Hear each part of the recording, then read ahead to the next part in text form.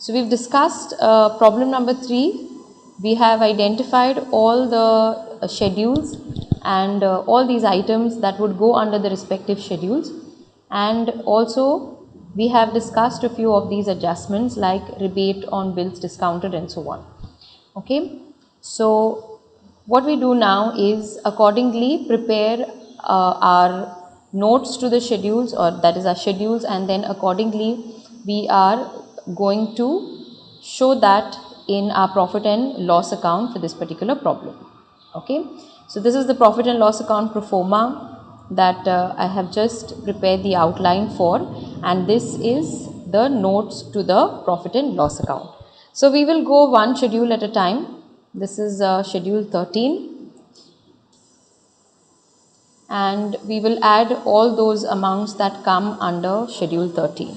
Okay, so let's see, we'll start. First thing we have is interest on advances. Okay, now understand that there are a few adjustments also given for interest on advances and also for discount on bills. Okay, so we will calculate the working notes for them after taking into account all those adjustments, and accordingly we will later get the totals using those working notes. Alright, so in the first case, interest on advances has a small adjustment related to the interest that has been charged on the NPAs. Okay, so just write here working note 1, and this working note is on interest on advances. Okay, let's check what is the adjustment given. So for interest on advances, it says the above mentioned figure of interest on advances includes rupees 86,000 of interest on NPA. First thing, let's talk about one small line at a time. Okay, it says, now we all know what is interest on advances. It means you gave a loan, we are the bank now. So we gave a loan, we got some interest on that loan. Okay, now there is some interest out of these advances or interest on advances. There is some interest which was on NPAs. Now let's understand first of all what an NPA is. The full form is non-performing asset. The moment any loan that is given to any client, that a bank gives to any client, remains unpaid for 90 days or more, it becomes a non-performing asset. What do I mean by this? Let's say you as the bank had given a loan to somebody or gives a loan to somebody as of today. Today is the 27th of February. Alright, and or maybe the loan was given even like a few years ago. But if at any point of time the person fails to pay the EMIs, by EMIs I mean the EMIs include the principal amount of the loan, and it includes the interest. Both things are included in the EMI, isn't it? So if at any point of time the person does not pay EMI for 3 months straight, okay, at least 2-3 months this person has not paid EMI at all to you, the client has not paid, then after those 3 months the bank classifies that loan as a non-performing asset. Why non-performing asset? See, for banks, loans which are given to people are like assets. Any loans that we give are assets. Loans that we take are liabilities. Understand this, okay? So when such loans on which the money is not coming back, people are not paying EMIs, these type of loans become non-performing assets. Alright, because they are not yielding any returns. The asset is there, but it is not giving you anything in return. The money isn't coming back. The EMIs are not coming into the business. So it becomes a non-performing asset. So that was the meaning of what we mean by an NPA. So what has happened here is, out of the total interest that we received on the loans, which is 613.56. Okay, it's in thousands. Fine, another 3 zeros added over here. Out of this money, there was some interest of 86,000, which was interest on NPAs. They were non-performing asset, but some of that interest has come into the business. Okay, out of which a sum of rupees 14,000 only has been received. Right? So total 86,000 was supposed to be paid on those NPAs, but only 14,000 has been received. Now what we need to do is, the amount which has not been received, which is 86 minus 14, we need to separate that amount from the total interest on advances. Is this clear? Because it's not received, you cannot show it as an income.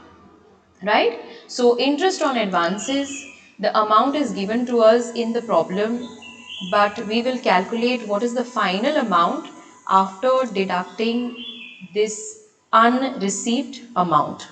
Okay, so interest on advances,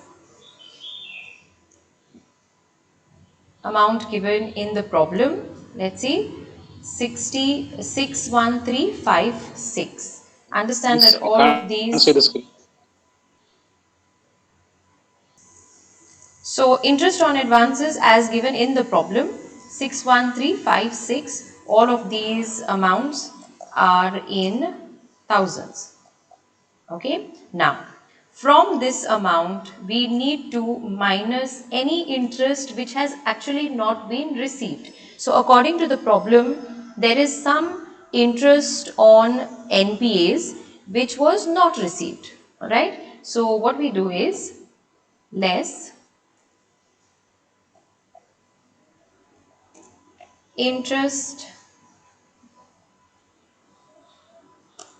on advances outstanding. Okay, outstanding interest, which means this interest has still not been paid by the respective client. Right? So according to this adjustment, it says there was 86,000 of interest on NPA. Out of that, 14,000 has been received. They have given you what has been received. They give you the other way around. Alright. So what we need to find is the balance which was not received. 86 minus 14. So out of this, 72 was not received by the bank. Is this clear? So if we minus the two, the balance amount of actual interest on advances that we get is 61,284. Of course, again, the amount has been given in thousands. Is this clear? So, as per our working note and after considering this adjustment, total interest on advance we get is 61,284. So, when we put it in the notes to the profit and loss here, we will write interest on advances. Amount is 61,284. Okay. Alright. So as we do working notes, always remember, as and when you do them, transfer them to the respective notes. Start writing them, because later on you will not know which amounts you have already posted, which amounts you haven't. Okay. Same way, let's move on to our next item, discount on bills. And this discount on bills also has an adjustment. There is rebate on bills discounted, which are of the last year, previous year, 31st March 2019, and of the current year, 31st March 2020. Of last year is this much, 648, and of current year is 736. Now we had discussed the rules the other day. In case of rebate, we always add the rebate of the previous year and we minus the rebate of the current year. I told you rebate is unearned profit or sort of an unearned income. Alright. If whatever was of last year is counted for this year, and whatever is of this year is counted for the next year. So as and when those bills mature, the rebate on those bills discount will be counted, right? So let's do another working note very similar to this, and we will calculate what is the actual amount of the discount on bills. Okay, so working note 2, discount on bills. Amount of discount on bills given in the problem is 2311. So discount on bills 2311. From this, we need to add and minus accordingly. Add of the previous year minus of the current year. Okay, so add rebate on bills of previous year in the bracket 31st March 2019, this one. Okay, so 31st March 2019. The amount for the previous year is 648, so we need to add this. Okay, 648. Similarly, at the same time, you don't need to do the total separately. We deduct the rebate on bills for current year, which is 31st March 2020. Alright, and the amount for this year is 736. This is to be deducted, remember. Okay, so after deducting, the balance of discount on bills that we get is 2203. This is the final amount of the discount on bills that will be carried forward to the notes. Okay, so we write that amount in the notes where we have interest earned, and we say discount on bills amount is 2223. Done? Yes. So one item at a time. Check the item, check where it goes first of all, under which schedule, and then also see if there are any adjustments to that item.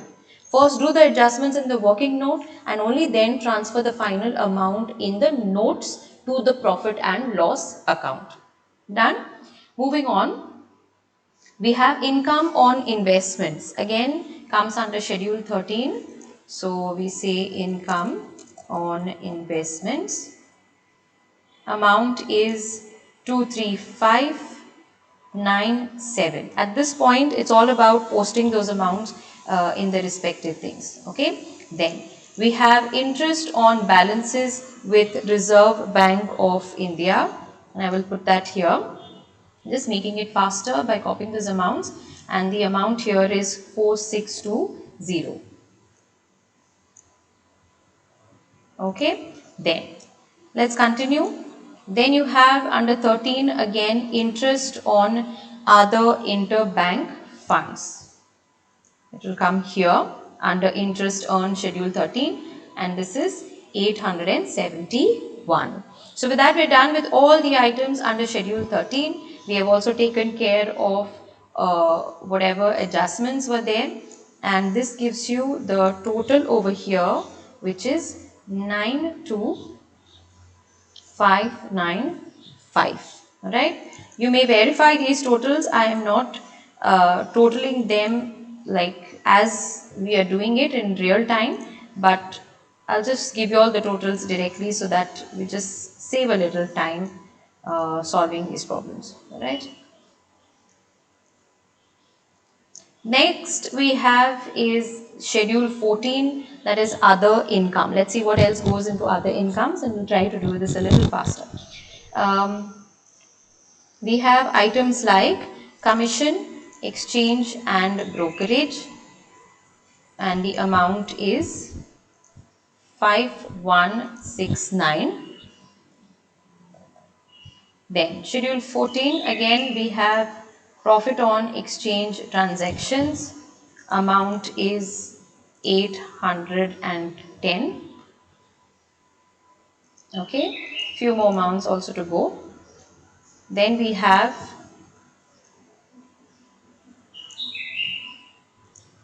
Profit on the sale of investments,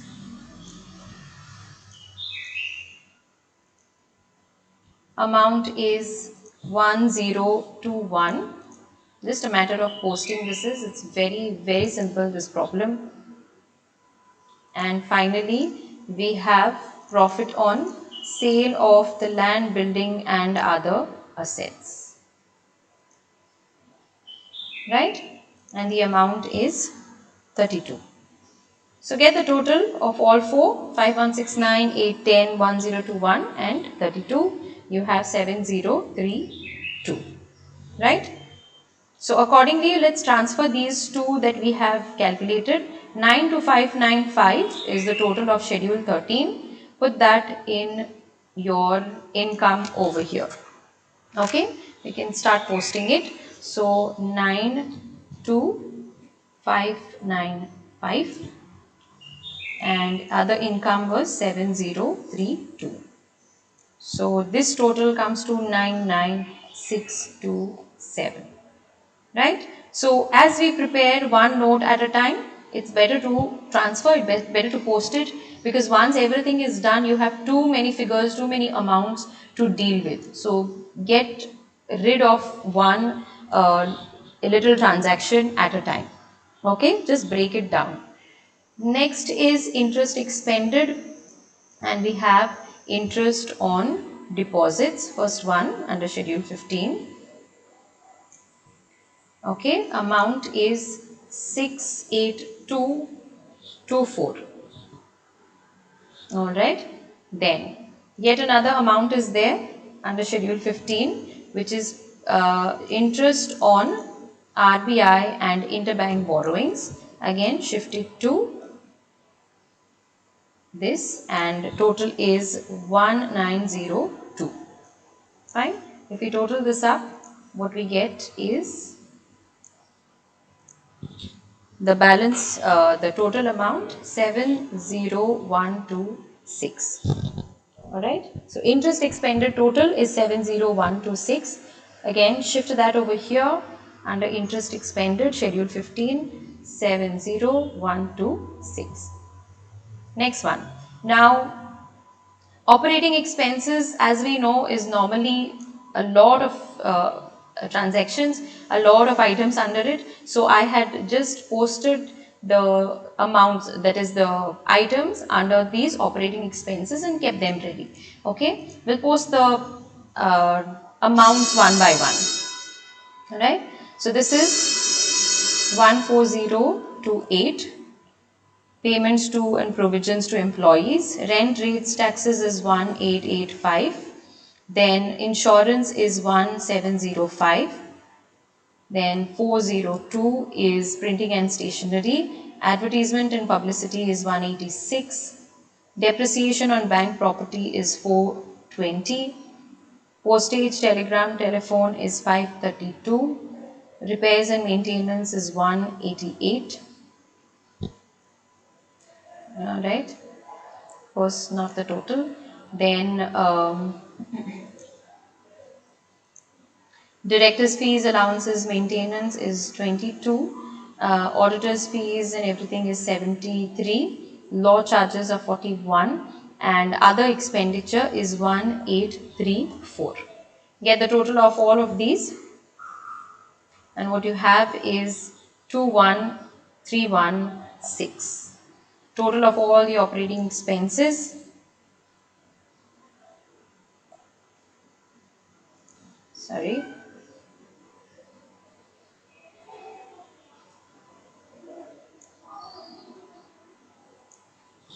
this was 1834. Yeah, so total of all operating expenses is 21316. Right, transfer that to your actual profit and loss account, and you have 21316. Then we will have certain other calculations like provisions, contingencies, different transfers that need to be done, and so on. Okay,